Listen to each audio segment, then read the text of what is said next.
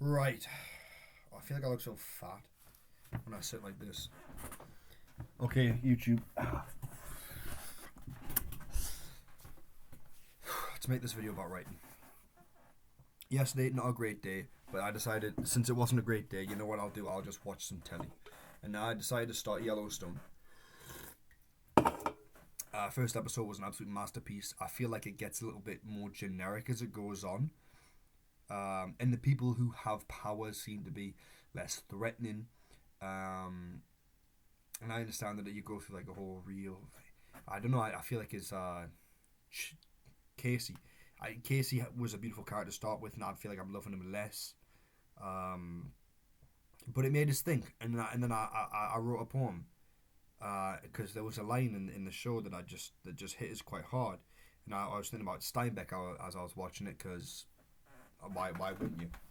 You know, and I was thinking a little bit about Hemingway, and like, oh, that one was bad. I was thinking a bit about Hemingway because he has the book on bull riding, and the show guy says, "Who do you think was the first person to ever?" Well, he was like, "I wouldn't want to be the first person to ever ride a bull." So I thought, well, who is that person? So I wrote a little poem on him, and it would just be a cool story. That sounds like a Steinbeckian story, you know, similar to like the Vigilante or like in a way Indubious Battle or there's another one with like, oh fuck me, it's a good story. It's a story about this kid who has to go do something and he comes back a man. As in, I think he goes out and he ends up killing someone. And this mom knows about the stuff that's about to happen, about to partake. It's such a profound story. And I'm going to get it out. Not to read it or anything, just because I want to get it out for later on. Where's my Steinbeck stuff? I thought I put it on there. I didn't. It's unbelievable. You got to read The Long Valley. I mean, you got to read all the Steinbeck. I think it was The Harness, page 77. Definitely not. So there's snake. Yeah. It has to be. If I'm wrong on this one, then I've never read it a day in my life. Mama Torres, a lean dry woman with an ancient eyes. Yeah, absolutely. Pepe. The story about Pepe.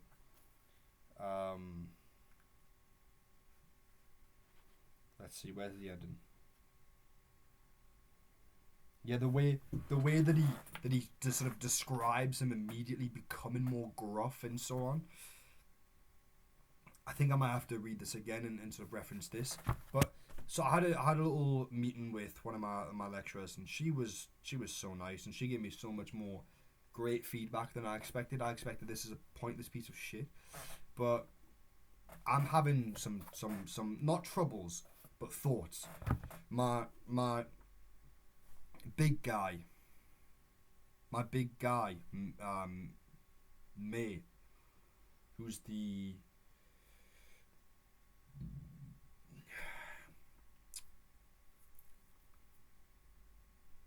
goat, I guess. Like, he's just, honestly, we're in his class, and none of us had a chance to read what was set out because there was a whole bunch of strikes, and that set us all off in different directions, and we talked about it, how we were all doing different creative things in the week, and we'd completely forgotten because we're a bit rusty.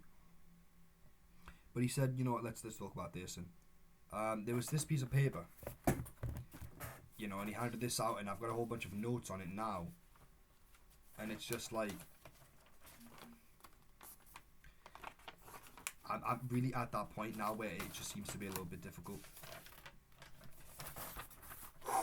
So initially, the way I was writing Billy was how I told you all on YouTube in a previous video. Billy does this, Billy does that, Billy does this, Billy does that, Billy dies. So Billy ends up seeing a dead body, goes back home, and there I was stuck because how do you get off heroin? Through fucking hell. Can I write hell in the midst of this story? No, I don't have enough words. I genuinely don't have enough words, and it would just there's a disservice, and I was trying to work it out, and there's so many different ideas I came up with. Like, instead of going to Billy and his experience, just switch it. Just switch it, even if it's like 1,000 words. That's all I need.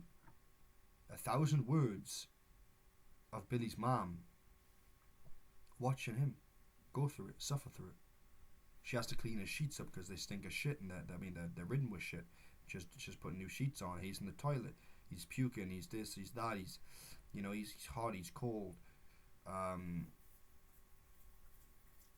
he gets mad at her, and he basically, tells her to fuck off. But then he breaks down a little bit, because there's that weight of, why is she helping me so much? I'm a piece of shit, which is how you feel like when you come off heroin. Don't ask how I know, but when you come off, that weight and that guilt, the fucking pain of it all. So I wanted to represent that, and the shitting and stuff that'll come through the cleaning, but it'll lead up to that as well, because I feel like it's a whole. But then how do I? So I thought, well, let's say day 9. Day 8 or something is when Nicky gets raped, and he has to go back, and I'm like, well, what do I do? Right, what do I do? Because I wanted to do 3 parts, and this, like, I have essentially what I have here is a 4th draft of notes, which I need to get my head around. And I the reason why I mentioned May before is I need to get my head around that too, because he put in my mind, if you had 5,000 words to write a story, what would you do? And it's so much more than just that idea. We talked about personal philosophies and writing, why we write what we write. And I have to say, like, I thought in the module we were talking about, I was like, this is shit. I just want to write a story about a Yeti. I think there is like political things in that story, because there's environmentalism, there's a future America with a war, a coalition with a lot of the American, basically colonization from the Americas. But that's all just to set the scene, to make the world seem a bit. It's just sci-fi shit, really. In my head, it's just sci-fi shit. It does. It doesn't have that deep like political ring that something like Indubious Battle would have. I'm not trying to weigh it out the same.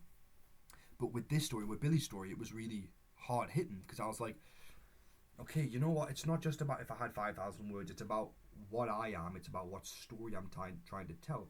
It's about the fact that you have stories like Nabokov's. Not Lolita, it's the other one, Pale Fire, and then you've got Erasure, and then you've got, I don't know, I'm looking at words, I'm looking at works like Shuggy Ben, I've got The Avenue, I've got, like I say, I've got Flight, right, I've got The Chrysanthemums, it's a good story to think about, that's Steinbeck, there's a whole bunch of stories to think on, Tortilla Flat is kind of, but it's just more funny, Vigilante definitely takes you through that process of a man's mind, and regret and shame. Beautiful one-liner at the end. Fuck me. I'm gonna pull it out. No. Read it. But yeah, just I'm really questioning, what can I do with this? Like, I'm a writer, and what I do is use words, and I need to take a step back for a minute. Forget the pen. Forget the page. Forget the Word document. Forget the typewriter. Forget all of that. I have words, which is ultimately from the heart. People are going to say brain. I'm not that type of guy. From the heart, what is it that needs to be said? And I thought, how do we play around with epigraphs? I think it's an epigraph, epitaph. How do we play around with these? And I thought, well, I wanted to make my own, and there was there will be fire and lots of it, and then there was a couple of things that we were talking about, the Great Fire of London, and how I keep using this imagery of fire in the story. Heroin seems to have this sort of like fire that it brings to someone, the fire to take, the fire getting off, the fire of hell was where I wanted to end up. And the last scene of that devil walking through and killing him, that is the paramount, that's the crux. That's what it is about, death. Death in those circumstances, what that life leads to is that a fiery death. Hell or no hell, you will die a fiery death if all you do is perceive pleasure and try to go after that. No, heroin is fucking crazy, conceptually crazy. The fact that somebody in their own body feels like they need to constantly be on the very thing that takes them out of reality and brings them down and crashes them and makes them a person who they never should have been in the first place. This is a fucking insanity drug. This is an insane thing that we have on our planet. You know, this is madness. This is hell on earth. That's what heroin is. And I'm like, well, what can I do? And the fire, and I thought about the fire. She mentioned the Great Fire of London, and through my reading, I'd read about the Great Fire of Newcastle, and I was like, when the fuck did that happen? But then there was a song, and then there was the whole. This is by Ned Corvin. The haunts of Auld Lang Syne burnt down on Corley Tyne, laying waste to the desolate shore. And then he has some like other stuff. And I think I need to look into this to think about what epigraph is the best. You know, there's if you just go show it up on Google, the AI overview has this. Ned Corvin's song, "The Fire Upon the Quay." It was a fearful crash. Our buildings they went smash. 'Twas never so before. The haunts of Auld Lang Syne burnt down on Corley Tyne, laying waste to the desolate shore.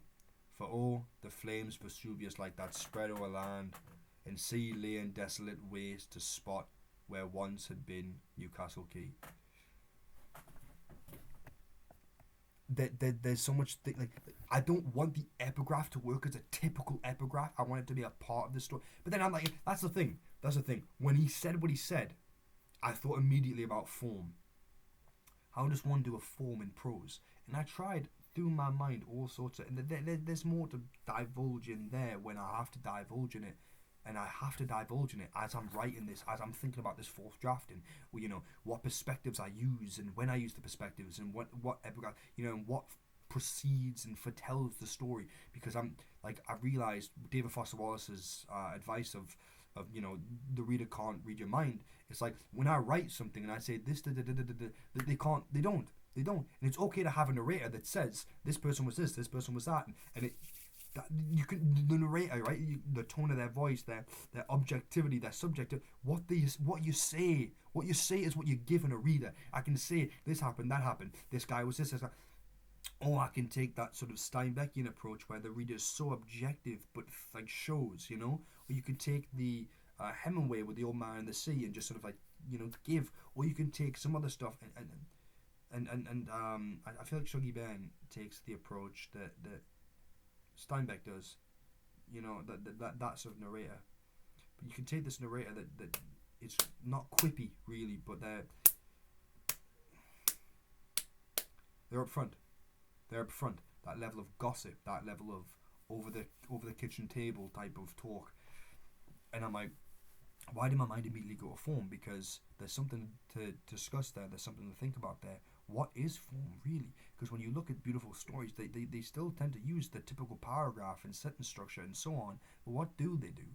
What does a short story do? Each paragraph plays a chapter. What does the Grapes of Wrath do? I feel like when you look at Grapes of Wrath, what it does is its structure is quite typical in what you would call form these days, right? Which is the part I'm trying to sort of come at. Right?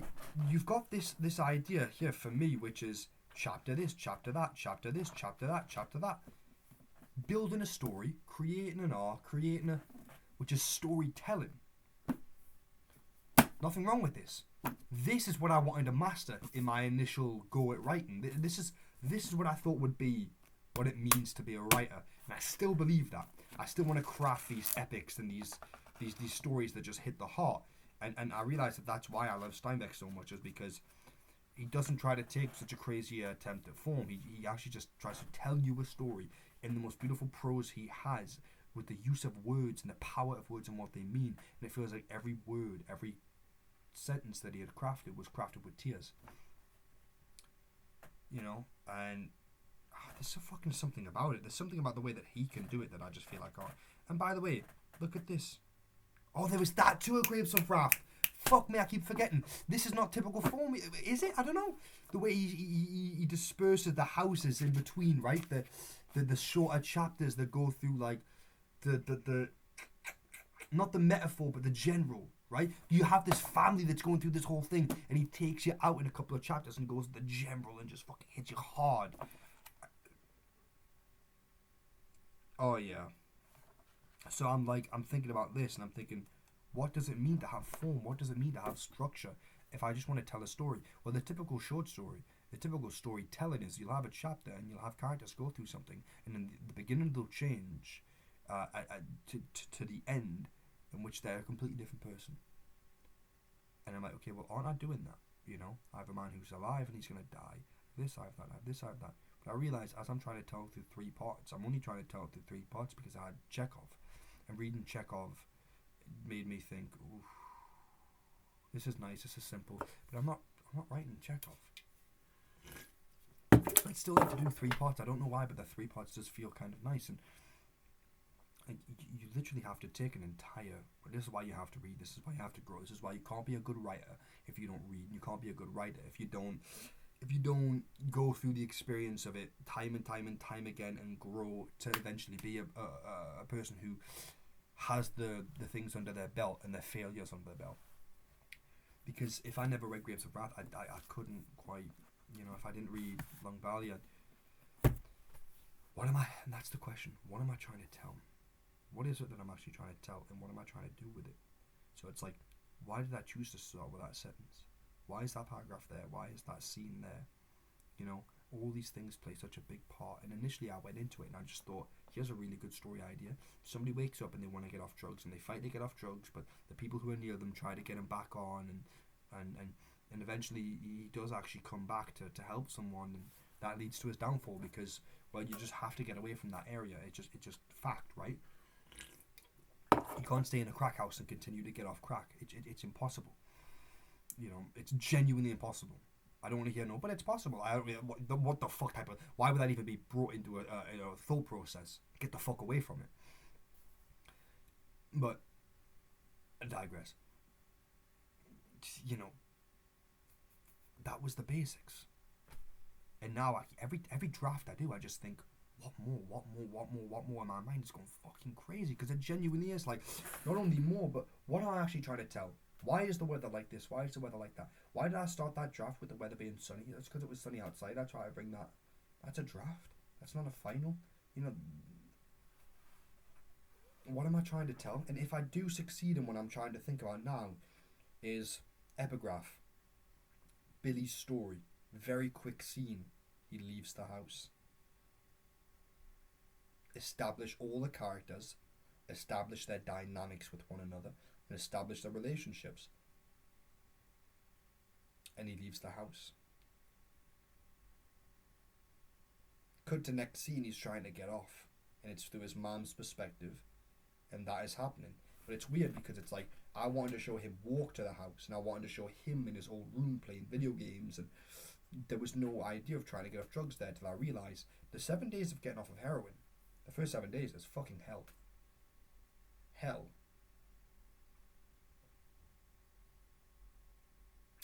And then there was an epigraph I wanted to use for Billy's mom. You know, I wanted to say, well, she's a religious woman, so why don't I use something like that? You know, and there was, but I can't. I genuinely can't because the one I thought about that, I thought about Billy. You know, well, no, maybe it will. But there's another one. There was the proverb of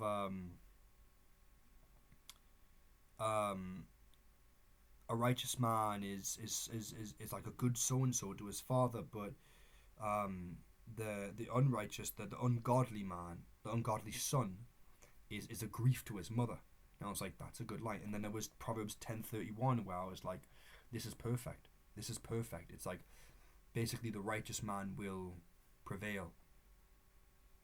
but the ungodly man has no place on earth. And I thought it like that was nice. And I didn't know where to put it. So I'm thinking about putting it, and I'm thinking, okay, we start on Billy.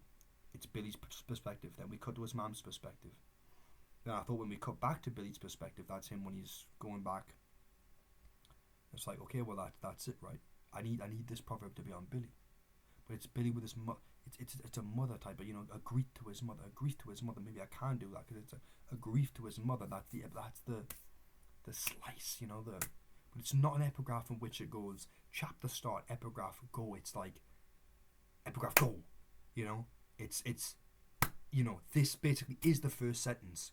It's not an epigraph. It means to be the first sentence that slides you into the paragraph in which you just cut and go. It's not meant to be da. It's meant to be just constant. And which is why I feel like I want so many, because I don't know. But what does that do? What doesn't it do? And when I went from Billy's perspective now, I want to keep most of the first draft that I did for that, because I feel like that scene itself I've perfected. No, I haven't. And it's also tone of voice is the reason why I'm saying I haven't perfected it, because I wanted to go ahead and take a more colloquial voice instead of saying, "Where art thou, thou foul, fall of a figure fit." I wanted to, just go into it like, it's that would be really like the colloquial would also, it's tabletop, it's addressing. You're really addressing a reader when you do that. He was a good kid, or something like that. But he was a good kid. Just simple ways of describing. It's really direct with it, and I can only really do it as I'm going through that process, right? Of just pick my voice, as in like use my voice in my head, and just write with that. But what does that do? Because if I do that, then am I missing out on the description of certain things? It definitely takes a step back from that Steinbeckian, that this is how you know shit's good, man, when you just have that first sentence.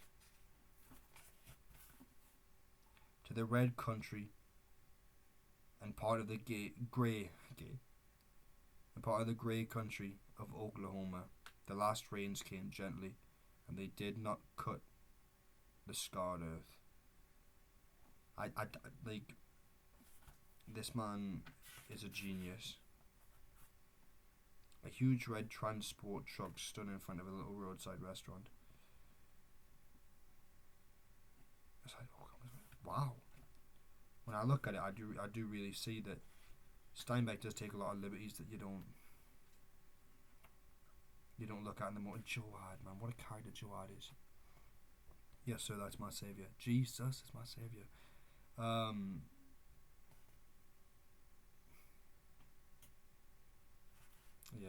Yeah, no, this is oh, that's the preacher. Read Grapes of Wrath. Wow! And that's it too, because it's like, at the heart of it is this, really simply. It's at the heart of it is what you are telling your reader and how well you're telling your reader. What you give them. Because ultimately, as a reader, I think a lot of stories nowadays make you work to understand. But when you have someone like Steinbeck and you go through his process of reading, what this is essentially is, as a reader, what am I being told? Campfire-esque, and that is the power of the words that Steinbeck does. He gives you power. He just puts it in your heart. It's what he does. And I'm like, well, isn't that what I wanted? And I think, yes, that's what I'm trying to master. So I can't look at these crazy forms and so on. Like, even when it comes to Nabokov and his Pale Fire, you look at it and you'll think, what? But at the same time, his use of academic writing still feels heavily prosaic. Especially when you account for the fact that it actually is a prose story that the man is telling you, right? The alive guy, that this guy is telling you, that the king, whereas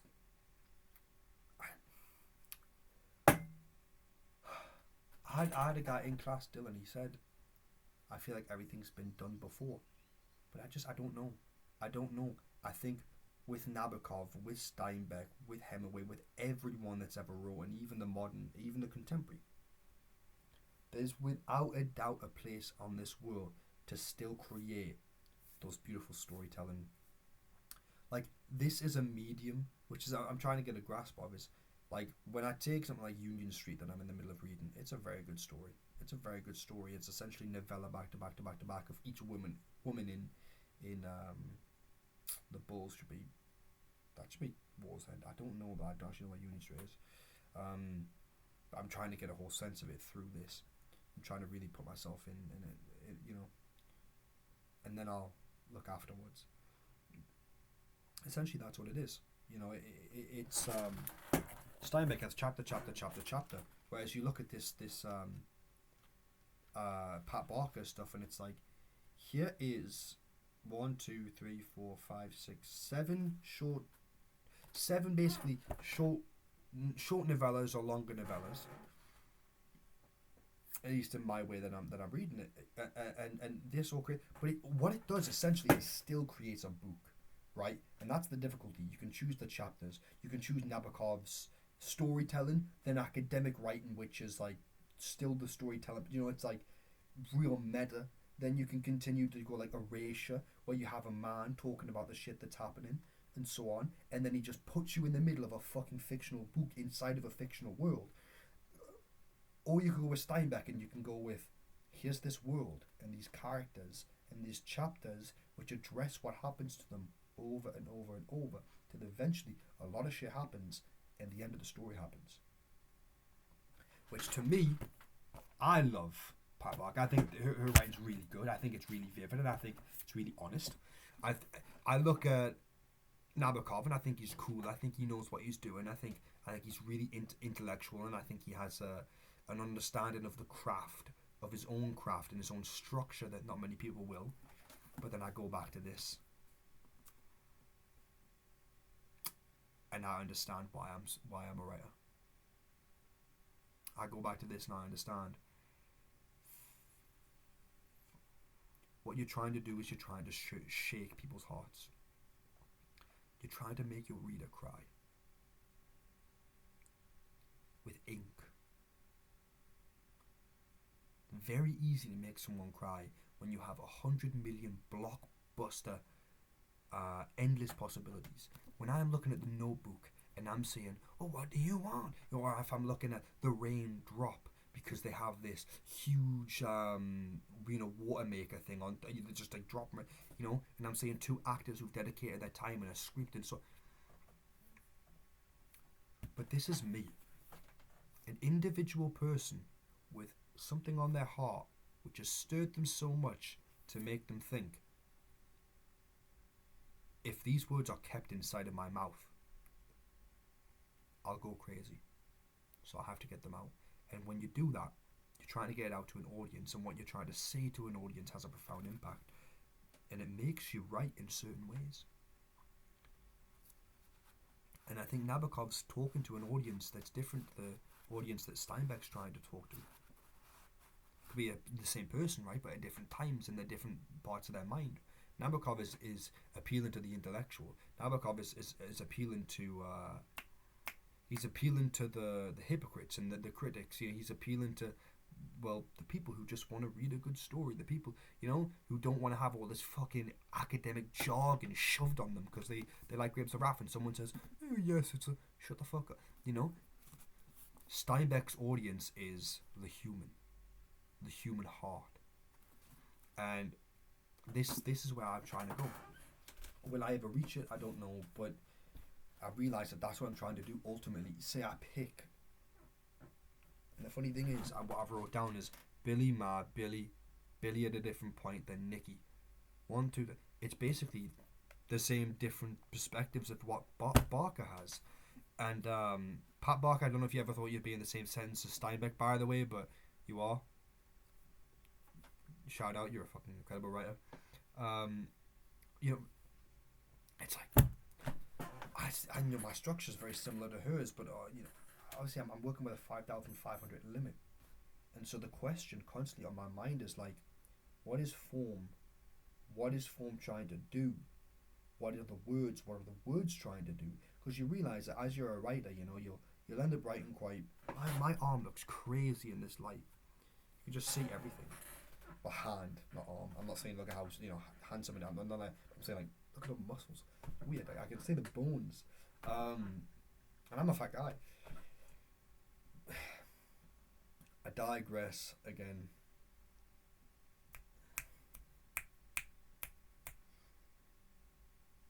As a writer, you're not just writing that single sentence that leads on to the next and leads on to the next. You are. That's a key point of it. Which then you'll have your paragraphs, and you'll have to learn what is a good ending for it. Something I never considered till I got feedback. I think you should end the paragraph there because it's more impactful. Impactful end of a paragraph, you just go on to the next one. No. Think about it. Think about how impactful a paragraph might be, especially in a short story. Where do you want to... And I'm like, fuck. And so it's that. It's...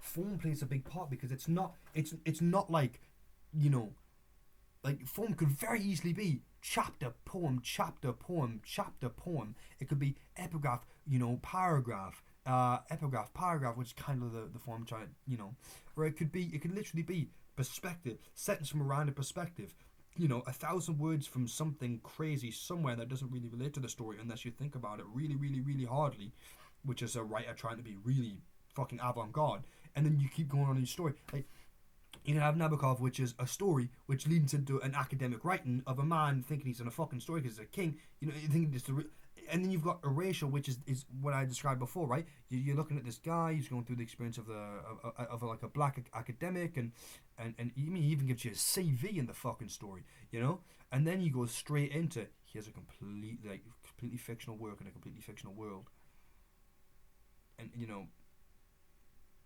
and then you've got, well, let's just go at it, my favorite part of this story is its upfrontness, because it reads like I'd imagine an old-timey quippy TV show it's like Friends. Friends took this from Tortilla Flat. It had to have, the start of the chapter, how Danny, home from the wars, found himself an heir, and how he swore to protect the helpless.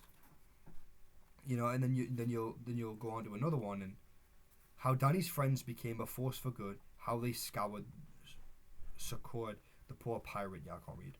Then you've got chapter 8, how Danny's friends sought mystic treasure on St. Andrew's Eve, how Pelon found it, and later how a pair of serge pants changed ownership twice. Fucking hilarious. Simply put, hilarious. If he had been a hero, the Portagi would have spent a miserable time in the army. The fact that he was Big Joe Portagi was it? I just read it. How Danny's friends threw themselves to the aid of a distressed lady. It's that also absolute shame. But I destroyed this book when I was reading it. Also beautiful. Like, I need to glue it at some point. Just got some super glue.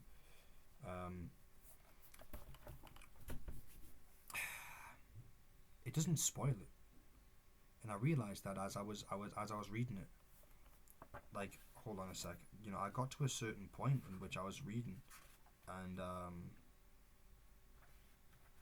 I was not thinking to myself how Saint Francis turned the tide and put a gentle punishment on Pelon and Pablo and Jesus Maria. I wasn't thinking, oh, so Jesus Maria's gonna. I was like, how is this gonna happen? Friends is like the one with so and so. And then you think, how is this going to happen? And I think that there was something in that as a reader to which I'm like, yeah, I found it. To which it was like, it was not like, oh, this is a spoiler. It's like, well, why did he put that there? And I'm thinking, why did he put that there? And, one second. What does it serve? And you've got to really ask yourself. And by the way, with writing, it genuinely, like, let's just be people for a minute. All the short form content's really fucked up our brain. What we have to do is take a moment to constantly think. Never touch your phone in the morning. Look at the sky, look at your clouds, and just think. Because you have to. But what does it serve? Because you've got chapter number, and then you've got this It's not an epigraph. I don't know what it is, but it just feels like a beautiful. It doesn't feel like a subheading or a heading. There's something about it because the process of what it reads like compared to what it is different. You can. And somebody's going to say, well, here's the word for it, right? But I'm not thinking about the word for it, I'm thinking about the effect. What's the effect of how, I just finished Joe Potagi and I think chapter 8, right? The one of the pants changing and Danny and Pilon, I think, they went out to go mine and find the light, and I think they were trying to find the homeless guy with the dog. I think they were trying to raise money. And then you finish it. You resolve to do something nice for Pilon sometime. And then you go and you're like, I think sometimes as a reader, when you read to the next chapter and the next chapter doesn't have anything, I think it makes you want to read the chapter less. For me, sometimes, because it's like, what I'm about to get into, right? But then when you told what you're about to get into, it's so soft and gentle, and what it does is brings you into the chapter already. It doesn't spoil it, but it brings you in. How Danny was ensnared by a vacuum cleaner, and how Danny's friends rescued him. It's like, what I think about that is, why the fuck was he ensnared by a vacuum cleaner? And how the fuck did they rescue him? And there's a gentleness, there's a Steinbeck feeds you the information that you need to be inquisitive and to continue turning the page. And I have to say this: the Masters is it's crazy because you think you're doing a master's degree and all of a sudden you're a master. Fuck no. To the people in the undergrad right now, I love you. You don't know shit.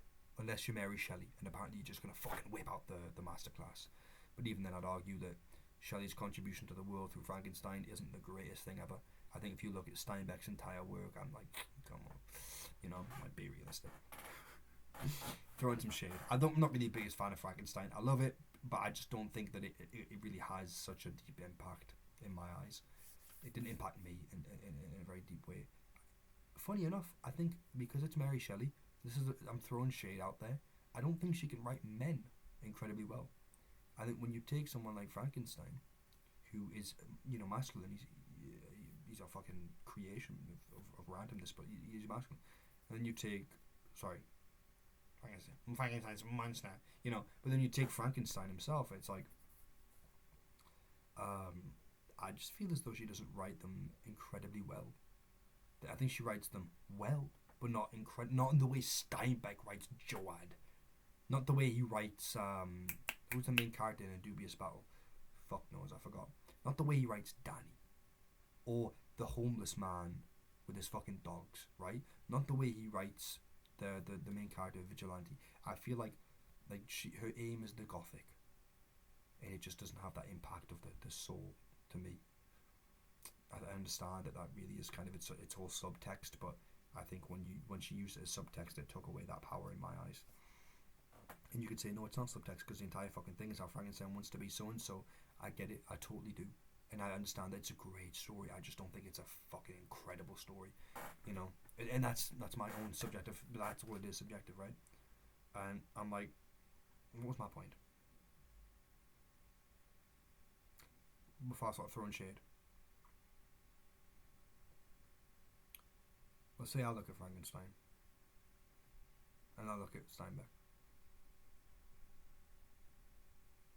and I'm like, okay, she wrote it at 18, fair enough.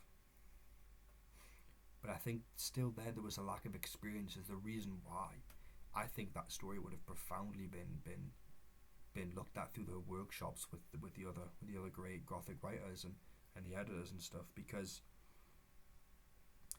you as an undergrad or as a kid, that girl who came up to us and asked if you were good enough.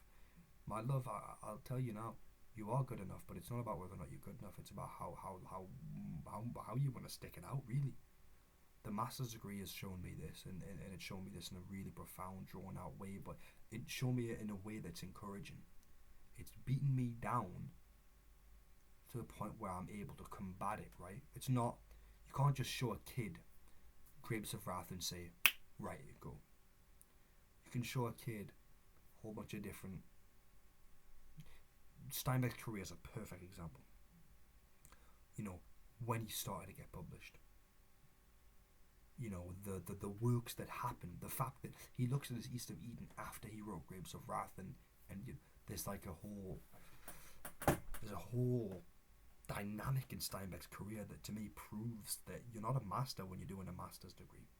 Not one bit. Because why is there a doctorate, right? We may be psyoped, and obviously we're not psyoped, but we're convinced the word master means master. No. A master's degree shows you how to be a master. It shows you how far you have to go and how much effort you have to put in to achieve a really good bit of the craft. And then it says, but there's also 20 other novels to do that with. Each and every single one of them is just as hard, if not harder, and the process starts again. And through that process, you'll maybe get better and better and better and better by, 10, 15. But then by 15, you'll have a story in your mind which is just as hard as it was when you did number one. But the quality of it's so much higher. And you're grappling with the same weakness and inability that you had in one, but with this graft and this level of grit. And I think all it does is it shows you, okay, you're doing a master's degree in English literature and creative writing. For me, it's just creative writing. It's like, okay, that's cool. But what this does is it just shows you how much of the world there is and how much more you're going to have to go at. A master's degree has shown me how much of a child I am. The undergrad showed me how much of a genius I was. The undergrad gave me, confidence, marks, process. I was the reading materials. It made me think I was the shit. And the master, all it does is says, listen, anybody can do, a juggling act with a lot of shit and be subpar at all of them.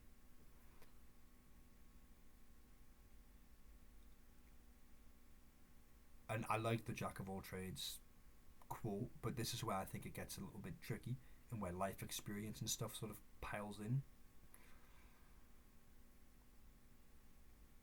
Anybody can do that juggling act of reading Shelley and Dexter and Fight Club and Orinoco and what else was there? Their Eyes Were Watching God and Ezra Pound and Eliot. Anyone can juggle that act. But when you try to become a poet that Pound was, when you try to become a verse guy, when you try to become a genius at that, you know how much of an idiot you are. When you take, for example, me, someone who wants to be a storyteller and wants to write these beautiful stories that has impact on the heart and impact to create movement and to change someone's, like the way that Indubious Battle has made me think about capitalism and the process of humanity. In the same way that Grapes of Wrath actually ended. When you look at those two, it's like the power of what it means to help. You go away with that, with what does it mean to help your fellow man and to give and to be a community, instead of just having like a big whatever and everyone fends for themselves. And I'm like, well, listen, you're not going to create East of Eden or Grapes of Wrath right now because you're incapable, and that's what the masters should show you. You're incapable of writing Grapes of Wrath. You are. In 10 years, you'll struggle and you'll fight and you'll battle and you'll cry and you'll claw at the world. then you'll write Grapes of Wrath.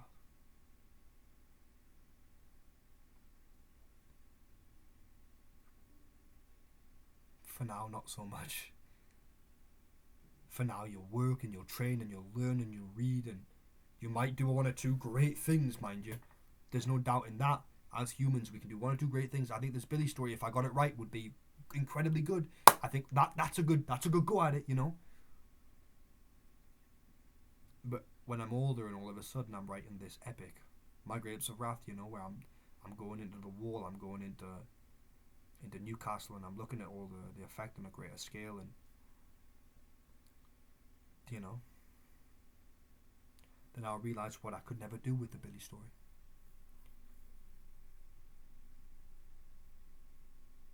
Anything in life takes a deep amount of thought and time, which is why I really don't like the modern political ideologues and process.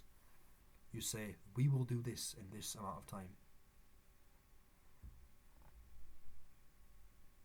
Matthew 6. Tomorrow brings what tomorrow brings, you know. Its own struggles. You can only worry about today. And we can't do promises in life. What we can do is we can take this thing that we have and try to do really well at it, and try to impact, and you know, which is hard when you look at something like politics, because it plays such a big part in the future.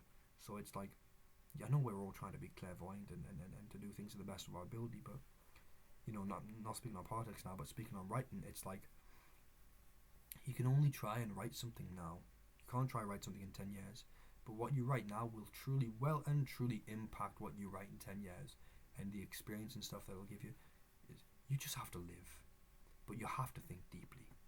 You have to think incredibly deeply about the story you're about to make.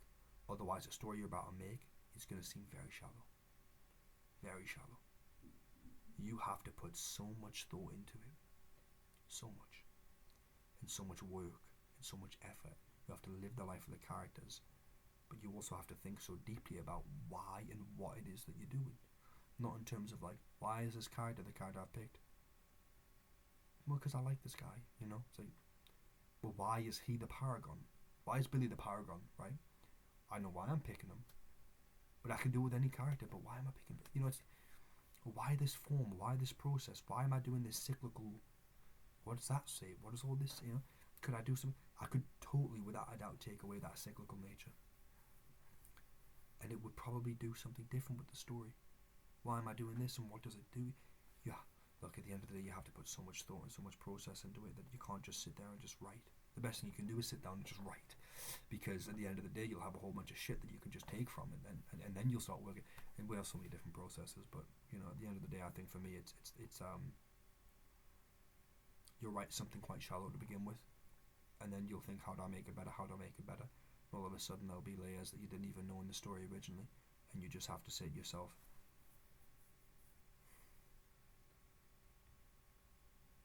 what do I do? Because I think the first draft can be really good, and it can be really good for the heart and the thing you'd said at that time. But when you grow and you in a week's time, you think about so many different things. Keep that draft, because that draft is a perfect combination of what you were thinking at the time, even though it could be drafted. But you know, this draft 4-5 and stuff, it's always going to be a change. It's always going to be a change psychologically, message wise, you know. And I think right now the Billy story is sort of changing its message, but it's not. The message is still at the core, but it's like through the perspective of the mother. What is that shown? Well, I'd shown that Billy comes home and he struggles and his mom's there, but she wasn't the forefront. She was a extra.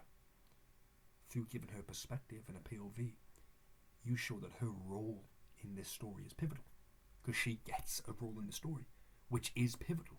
And you've got to think like that. Because initially I just thought, wouldn't it be a lot easier for me to get around writing heroin and all the ins and outs that I don't know about, even if I studied, because I've not took it. Wouldn't it be easier if I just went through his mom's perspective? And I thought, well, hold on a minute, that's a cop-out, but look at how through a cop-out we've developed all of this. You've given so-and-so this, you've given her this, you've given her this, and what does it do? think deeply about your stories and love your craft, because at the end of the day, if you're not willing to go through this thought process I'm feeling right now of like, I'm so fucking shit, it's going to take 100 hours for me to work this out. If you can't sit there and say, what a wonderful 100 hours I'm about to partake in, I'm so blessed to have these 100 hours, if you can't love that craft, you'll go fucking insane. At the end of the day, everything you do is out of love. I'm doing this because I love people who've took drugs and deal with heroin, and I want to create a really good story out of it. And if it goes anywhere, it goes anywhere. If it does nothing, it does nothing. But at the end of the day, as long as I have that file on hand, and I think if I'm able to perfect this one, by the way, this one, if I do this Billy one well, I'm probably going to hand it out to publishers.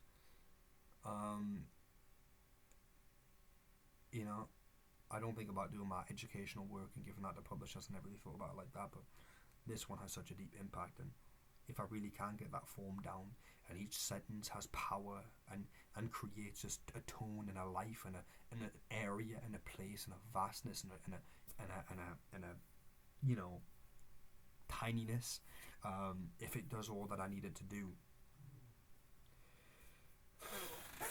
where you set the story. I'm thinking about, like, why is the wall like a wall there? Why am I using the sun on this day? And why is the 12 going there? And what is it that I'm describing in the room that I'm giving attention to that I'm not giving attention to other things? You know, it's writing is so fucking complex, but at the same time, it's so fucking rewarding, and it's so simple. You tell someone a story,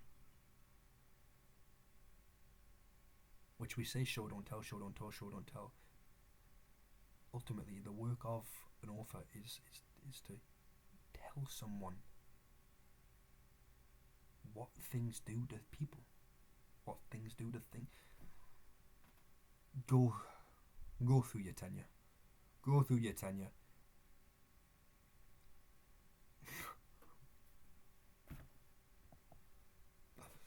You're not a good writer right now. You won't be a good writer in 10 years. But you'll look back and say, I wasn't a bad writer. As you're in the middle of saying, I'm so fucking shit. And then in 10 years after that, you'll think, whoa, that was really good writing. And you'll go through so much. And I had a friend the other day say, I'm going to write a poem. He wrote a poem and I told him, and you know, and then he showed it, and I was like, man, look, I could say so many words right now, you know. And we discussed, and he was like, well, you know, what's it like then? What's it like writing poems? And I was like, no, I'm not trying to be that guy who's an authority figure, right? But, you know, you'll have a poem where all of a sudden, the first draft, it's like, this should get a Nobel Prize. And then you'll have days where you have a first draft that's ready for the bin. But that one will be the one that wins because you put effort into it. Or the one that's Nobel Prize will probably actually win a Nobel Prize. I can't tell you how complex this game is. It's not even, it's life. That's why it's complex. Fuck me, this is the greatest.